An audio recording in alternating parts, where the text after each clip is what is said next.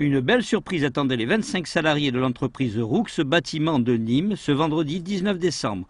En effet, les portes de l'entreprise sont restées fermées et cette grue n'est pas prête de fonctionner. Il semblerait que le PDG ait mis les clés sous la porte, laissant tout le personnel sans voix. À 7 heures, tous les employés étaient devant la porte pour prendre les véhicules et puis se rendre sur les chantiers, et les portes étaient fermées. Depuis quelque temps, on sentait quelque chose, mais enfin, M. Roux, le PDG de la société, ne voulait pas l'admettre.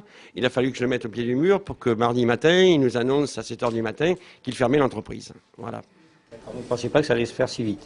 Non, puisqu'on a des travaux en cours qui sont très importants, tels que Pointe-du-Gard et puis le Gros du Roi, avec des chantiers également qui sont signés, des marchés signés, que M. Roux aurait dénoncés. Et donc on avait eu du travail facilement pour 8 mois, voire 12 mois, tranquille. Le personnel se trouve dans une situation difficile, n'ayant reçu aucun courrier de licenciement auparavant, ce qui leur aurait permis de toucher le chômage. On va se retrouver sans salaire, puisque à ce jour, on n'a pas de notification de lettre de licenciement.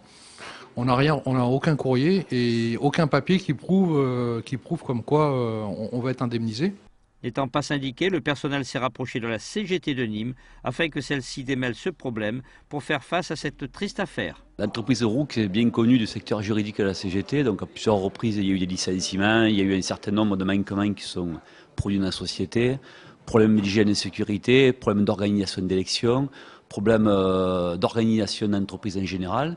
Et aujourd'hui on est face à un employeur qui fuit ses responsabilités, après avoir bénéficié de nombreuses aides de l'État. Donc il faut savoir qu'on est dans une entreprise en zone franche quand même. Hein.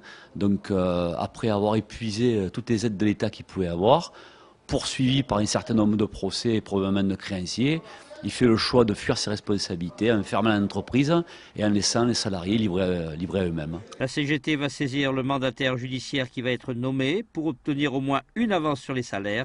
Et dans le cas où la faute est reconnue de l'employeur, la CGT veillera à faire sanctionner celui-ci en termes de droit. À quelques jours de la Noël, le personnel est forcé de constater que pour un beau cadeau, c'est un beau cadeau que leur a fait leur employeur.